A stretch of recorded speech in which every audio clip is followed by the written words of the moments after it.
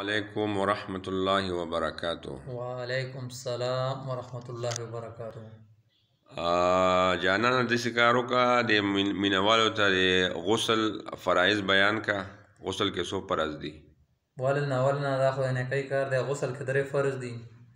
اول چې کومه ده نو په ډکه خولې باندې دې ځای پورې غرغړې کول چې هلک لغونه کې تریخ شي. بیا ورپسې چې کومه ده نو د هډوکي پورې اوبه رسول چې د پوزه لغونه کې ترخه شي. دریم چې کوم دا ده مطلب ټول بدن باندې اوبه اچول چې په بدن کې یو ویښته موچ پاتې نشي.